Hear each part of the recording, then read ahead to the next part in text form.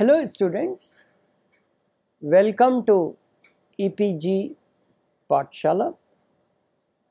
I am Dr. M.N. Gupta, Emeritus Professor from Department of Biochemical Engineering and Biotechnology in Indian Institute of Technology, Delhi. Today we are going to talk on module Separation and Analysis of Lipids from paper Structure and Function of Biomolecules 2. By now it may be clear that even simple lipids like fats and oils, when initially obtained, contain a large number of other compounds and materials. Normally, such materials and compounds can be called contaminants. Similarly, complex lipids can also contain some other compounds and materials. We have already encountered this issue when we briefly discussed how lecithin preparations of different purity levels are utilized by different industries, and that example emphasized that for a particular application in a particular industry, for any lipid, you require a particular purity level, which is the minimum purity level. Separation means essentially separating the desired material from the unwanted materials, and so it's called purification. But how do we track a particular purification process? As you separate the unwanted materials or as you purify your desired lipid, you need to track the process. Is it working? To what extent a particular step is useful in separating unwanted materials? And so it makes sense that to be able to analyze right from the beginning at various stages of the purification or separation process, the analysis of the material, so it's very necessary and required, and invariably is an integral part of the separation and purification. So separation, purification and analysis go hand in hand. In other words, analysis is used to monitor efficiency of the purification methods. Analysis is also part of the quality control of the finished product. So we look at the analytical aspects first, which have to be in place actually, these protocols in any purification process, and then we will look at some various separation methods in general terms.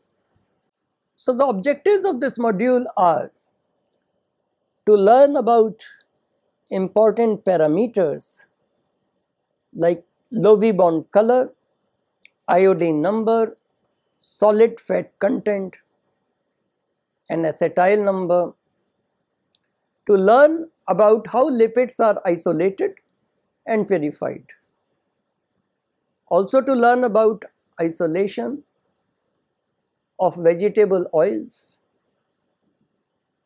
milk fats and fish oils, and to learn about analysis of lipids by HPLC, gas chromatography, etc. So the concept map is how do we do the quality control by various parameters in case of lipids, how do we isolate lipids, and how do we analyze lipids. While all classes of lipids have their importance, fats and oils occupy a central place. The long chain fatty acids of fats and oils are also part of the other glycerolipids like many phospholipids. Hence, many parameters developed by oil industry and regulatory agencies to assess oil quality have wider applications. The number of double bonds are important, not just for fats and oils. As by definition, lipids are soluble in organic solvents. So, solvent extraction has been traditionally very important in the isolation and purification of lipids. For some classes of lipids, some specific protocols may be used. Here we will discuss only general methods. It may, however, be added that supercritical fluids have also been used in some cases. It is possible that with time we will see greener options like this emerging in this area in larger numbers. Let us start with the analysis of oils and fats. Oils or fats are obtained from natural sources. Whether the source is of plant or animal origin, the crude oil base is bound to vary in composition. So, separation or purification or refining protocols are designed to be robust enough to factor this in. Same goes for the analysis. Whatever method we follow should be able to take care of the interference from both known level and unknown levels of impurities. Not all analytical procedures can necessarily handle this even after running some controls. As edible oil industry is a mature industry, methods for determining every considerable parameter have been developed. Professional organizations who have developed standard methods include American Oil Chemist Society (AOCS), the Association of Official Analytical Chemists (AOAC), and the American Society for Testing Materials (ASTM). For illustrative purposes, let us look at the routine quality control tests which are carried out for soybean oil. More or less similar tests are carried out for other edible oils. As you can see from this table, these tests include Lovie-Bound color, iodine value, refractive index, free fatty acid content, soap in oil, solid fat index, phospholipids in oil, and many other parameters.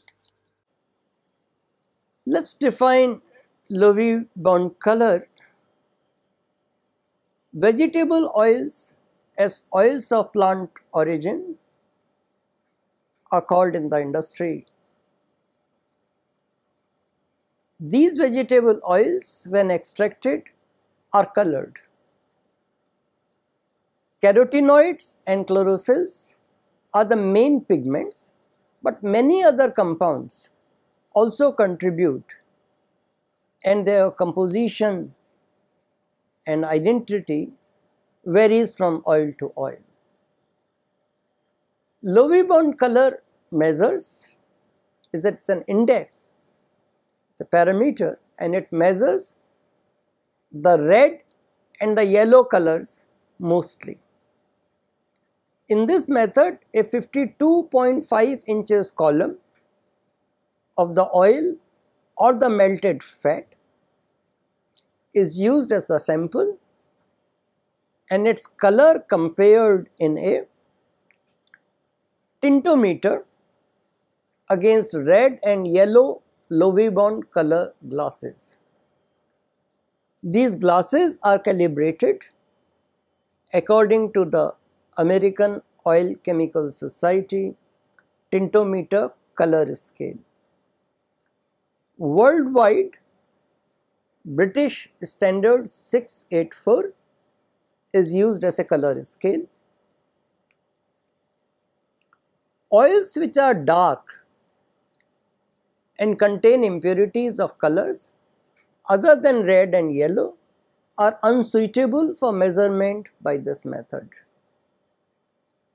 Olive oil, soybean oil, particularly if it is extracted from green beans, canola oil contain enough chlorophyll to often impart green color to these materials. In many cases, if polyphenols are present, oils generally develop brown color and it is difficult to get any reliable estimate. The obvious solution is to develop spectrophotometric methods, but no standard has been developed so far. Fat Analysis Committee of American Oil Chemical Society has provided various standards and the best match is determined. Drying oils are generally graded by Gardner scale, which uses 1963 glass standards based upon solutions of inorganic salts. The scale reads 1 for the lightest color and 18 for the darkest color. Iodine value is also called iodine number. This reflects unsaturation in the fatty acid composition. Most double bonds of fatty acids react quantitatively with Br2 or IBr at room temperature in acetic acid or methanolic solution. The quantity of halogen remaining can be measured iodometrically. Amount of iodine in gram which is required to react with 100 gram of lipid is called its iodine value or iodine number. The iodine number of saturated fatty acids obviously is 0. Oleic acid, linoleic acid and linolenic acids have iodine numbers of 90, 181 and 274 respectively. Iodine numbers can also be more quickly obtained by measuring refractive index and correlating that value with standards of known iodine numbers. As refractive index changes with temperature, refractometers with temperature control must be used for these measurements. Another important parameter is titration equivalent weight. This parameter estimates the average molecular weight of the fatty acids present in the oil. Titration of alcoholic solution of fatty acid mixtures with standard alkali using phenolphthalein as an indicator determines the endpoint. Mean molecular weight is equivalent to the milligram of fatty acid divided by milli equivalent of alkali used. Another parameter is acetyl number. Acetyl number estimates the presence of free OH groups in the fat or oil of fatty acid. Acetic anhydride is used to acetylate all such groups. Acetyl number then is the number of milligram of KOH required to neutralize acetic acid obtained from 1 gram of acetylated samples. Solid fat content, normally called simply as SFC, or solid fat index, sometimes abbreviated as SFI, are two other useful parameters. This is particularly so if the intended application of the fat requires plasticity. Margarine and shortening are two such end products. SFI uses dilatometry, which measures volumes at series of temperatures 10 degree, 21.1 1, 26.7, 33.3 and 40 degrees centigrade. Solid fat content is measured by pulsed nuclear magnetic resonance. Free fatty acid content represents the amount of free fatty acids present in the lipid. This is simply determined by titration with a standard alkali. FFA analysis of a refined oil indicates the efficiency of alkali refining and deodorization steps in the refining process. High FFA content in a frying oil lowers the smoke point of the oil, which is an undesirable trait. As mentioned elsewhere, if the oil is to be used for production of esters with alkali as a catalyst, formation of soaps becomes a hindrance. In fact, soap analysis measures the soap formed by titrating with alkali. This not only measures how much alkali refining has succeeded, it also reflects upon the efficiency of water washing step in the refining process.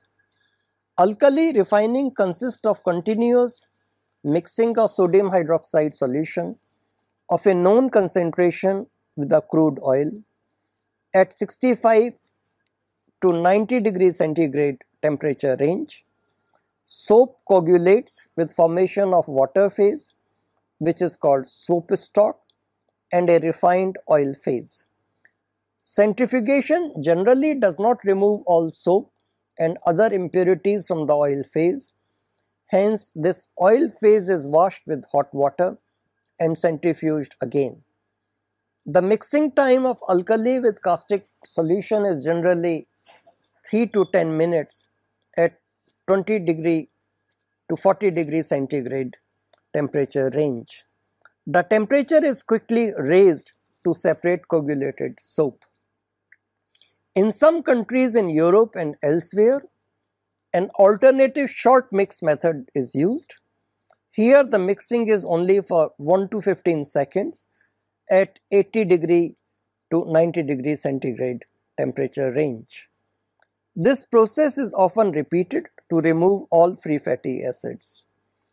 Water washing can be done once or twice and can even be carried out in countercurrent mode. Economics and the equipment availability decide some of these choices. Often, alkali refining is preceded by treatment with phosphoric acid to deal with non-hydratable phosphatides which are present in some oils including soybean and canola. The source of the lipid material to be extracted can be an animal tissue, plant tissue, or even microbial. Nevertheless, isolation of lipid follows some common approaches and common concerns. It is advisable to keep the sample at low temperature. Less than minus 25 degrees centigrade is a good choice, and in an oxygen-free or inert atmosphere. The lipids containing unsaturated bonds, as we know, are prone to oxidation. For the same reason, butylated hydroxytoluene, that is BHT, is added in the range of 1 to 10 milligram per liter of the extracting solvent. Extraction with the organic solvents is invariably the first step in lipid isolation. Keeping the temperature low also minimizes damage to the lipids by enzymatic or non-enzymatic routes.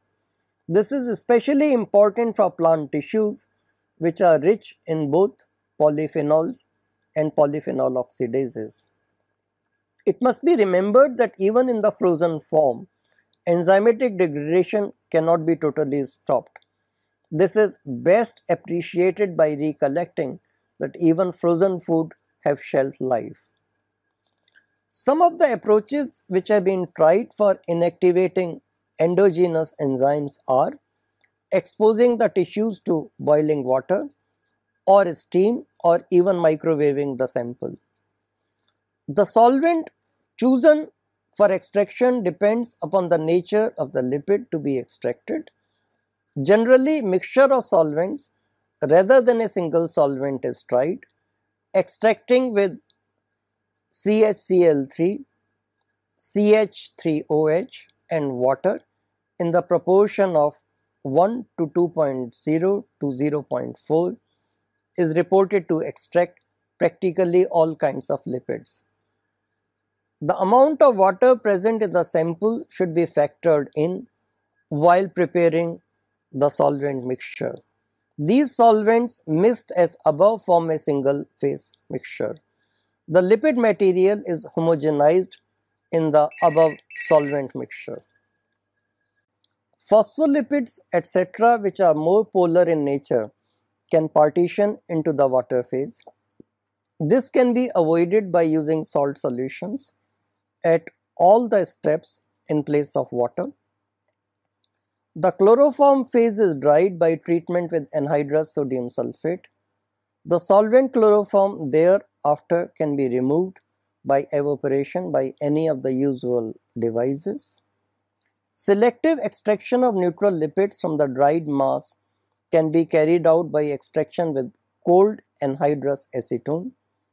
This extraction procedure does not extract phospholipids. Dry acetone of low water content is available from good vendors. This low water grade acetone can be further dried by placing over molecular sieves. As has been mentioned before, some free fatty acids are always present in a fat or oil. These fatty acids can be isolated by treating the tissue or liquid extract by dilute alkali. Both aqueous and methanolic solutions have been used. Most of the vegetable oils are obtained by mechanical processing and or extraction from seeds or by pressing of fruits like olive or olive palm. Among the solvents for solvent extraction, hexane is invariably used. Hexane is considered a volatile organic compound, VOC, which hurts the ozone layer. However, despite numerous efforts, industry has failed to find a good substitute for hexane. From time to time, some greener options like aqueous oil extraction and aqueous enzymatic oil extraction have been tried. Adequate improvement in these methods by assistance from microwaves and ultrasonication have also been reported. Economic considerations and reluctance of the industry to invest in development of these greener options have contributed to hexane being continued to be used in the oil industry. The milk lipids contain about 97% triglycerides and a small amount of phospholipid and sterols which originate from membranes of the milk fat globule. Over 400 different fatty acids are detected in the milk fat with estimated number of triglycerides in thousands. Oxo and hydroxy fatty acids present in milk fat are responsible for forming flavoring ketones, aldehydes and lactones. Short chain fatty acids released if fat globules are damaged during processing and in transfer through pipelines cause the unpleasant smell in raw milk. Obtaining milk fat involves separation of fat globules, churning and aggregation of fat globules, separating the buttermilk and stabilization of water in oil emulsions. Milk fat is liked because of its high and pleasant organoleptic sensations like flavor and texture. Fish oil is mostly a byproduct of fish meal industry. It is produced by passing steam over raw fish. The oil is separated from water. Fish oil is known for high degree of double bonds, more than 50 different fatty acids of the C14 to C24 range, and above all for the presence of omega-3 and omega-6 fatty acids. Fish oils contain unsaponifiable lipids like sterols, hydrocarbons, glyceryl ethers, pigments, vitamins and oxidized oil. Industrially, fish body oil and fish liver oil is distinguished. Cods and pollock have large livers and are sources of liver oils. In other cases, it is the fish flesh which is the source of the oil. When required as an ingredient or supplement like omega-3 fatty acid, it is refined by processes similar to vegetable oils, that is neutralization of free fatty acids, bleaching, winterization and deodorization. Silica gel as a chromatographic media has been widely used for analysis of lipids. TLC, low pressure liquid chromatography, and HPLC formats have exploited the differences in the number and nature of the polar functional groups in lipids. Silica as a medium has silanoyl groups which can be free or hydrogen bonded. Silica has layers of water of hydration. To ensure variability, the absence of variability in results, it is necessary to remove all but very tightly bound water layer. This dictates choice of the solvent for running the column. Reversible damage to silica columns can occur if polar impurities accumulate. In such cases, the column should be washed with a negative gradient of polar solvents. Solvents containing water at pH less than 2 or greater than 7.5 can also dissolve the silica from the surface and would irreversibly damage the column. In the normal phase chromatography, silica can be bonded with some organic moieties like diol, nitro, nitride, and alkyl or aryl cyano. Such bonded phases are known to decrease tailing of the peaks. It should be noted that even such columns do contain variable amounts of silanol groups which remain and contribute to the separation process. In all HPLC methods, the choice of the detector is based upon not only the compounds to be separated, but also by the choice of eluting solvents. UV detectors are useful if the lipid contains conjugated double bonds or aromatic rings or oxidized lipids as a result of hydroperoxidation. Derivatization techniques like benzoylation of glycolipids or converting fatty acids to aromatic esters have been used to make UV detection possible. RI detectors and evaporative light scattering detectors are of more general use. For volatile or low boiling point lipid samples, GC is a convenient and frequently used technique. Again, silica is the material. Fused silica narrow bore column, 0.1 to 0.3 millimeter internal diameter, 25 to 100 meter in length, with inner walls coated with the liquid phase is used. The distribution coefficient of the lipid molecules between the liquid phase and the carrier gas dictates the separation. The molecules partitioning to the gas phase travels with the gas down the column. Depending upon the differences in partition coefficient, different materials emerge out of the column at different retention times. The parameters which influence retention times are nature and flow rate of the carrier gas, column dimensions, column temperature, and thickness of the liquid phase. Of these, the column length is less important as resolution is proportional to the square root of the length. Many non-volatile molecules can be derivatized and converted into more volatile substances. Again, silation chemistry is widely used for this purpose and various silylation reagents are commercially available.